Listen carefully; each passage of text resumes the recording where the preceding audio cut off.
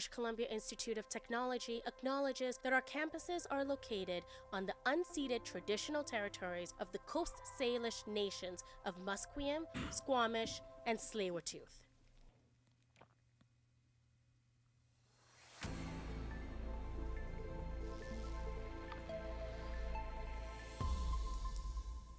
Good morning and welcome into your 11 o'clock sports update.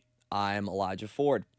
The Toronto Blue Jays lost Game 3 last night to the LA Dodgers in a game that tied the longest contest in innings in World Series history.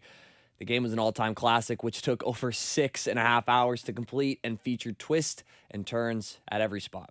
The host Dodgers outlasted a depleted Toronto lineup 6-5 in 18 innings on Freddie Freeman's walk-off home run off of reliever Brendan Little. 11:50 in Los Angeles. Freeman sends a fly ball to center field. Varsho's going back before the clock strikes midnight. Freddie Freeman has ended it. It's a repeat hero with the last word on a Game 3 classic. Looking forward, the Jays are going to have to make a quick 18-hour turnaround as they are back in action tonight for Game 4 at 5 p.m. Shane Bieber is set to start for the Jays, who will look to even the best-of-7 series at 2 games apiece. Shohei Ohtani, who hit 2 homers last night, starts for LA. The Vancouver Canucks will host the slumping New York Rangers tonight in a highly anticipated matchup where the Canucks will welcome former assistant captain JT Miller back to Vancouver for the first time since his dramatic departure last season. Canucks fans will also see the NHL debut of the Canucks' exciting 2023 first-round pick, Tom Willander. Vancouver, currently sitting at 5-5 through their first 10 games, are tied with the Chicago Blackhawks for the final wildcard playoff spot. The Rangers, who are the losers of 3 straight coming into this game, sit at the bottom of the Metropolitan Division. Canada's women's soccer team takes on the 11th-ranked Netherlands today in friendly action. Canada is currently ranked 9th and are coming off back-to-back losses for the first time since early 2023.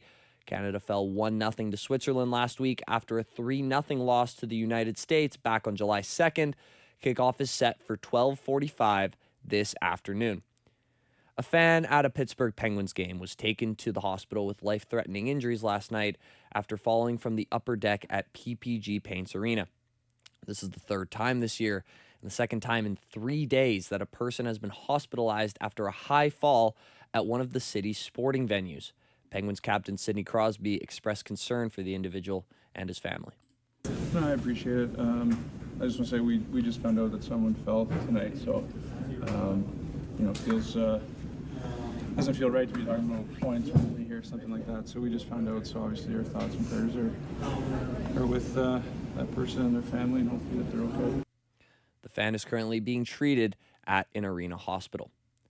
Former Vancouver Canucks center Ryan Kessler has been charged with 2 misdemeanor counts of criminal sexual assault in the 4th degree.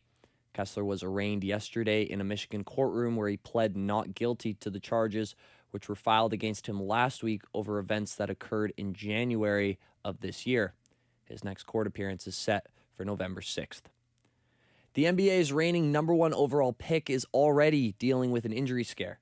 Correspondent Gethlin Coolbaugh reports on the recent updates to the injury. Cooper Flagg's first experience with an NBA back-to-back was a painful one. A little banged up, but gotta find ways to play through it. The #1 draft pick by the Dallas Mavericks barely got through the opening seconds of the second game Monday, a 101-94 loss to the Thunder, before hurting his left shoulder. A little contact. Can't remember if it got grabbed or hung up with somebody's arm, and then just felt something. Flagg held the shoulder multiple times during the first half, used a heat wrap on it while on the bench during the second half, and struggled through a 1-for-9 shooting night for 2 points for coach Jason Kidd's team. He played through it. He's a tough kid. I'm Gethin Coolbaugh. Tonight, all 32 NHL teams will be in action for the second and final time this season as part of the NHL's Frozen Frenzy coverage. Eyes will be on all 7 Canadian teams as the Maple Leafs host the Calgary Flames. The Winnipeg Jets are in Minnesota. The Ottawa Senators head to Chicago. The Edmonton Oilers welcome the Utah Mammoth. And the Montreal Canadiens will visit Seattle. Thank you so much for tuning in to your 11 o'clock sports update. I've been your host, Elijah Ford, for BCIT's The Crow.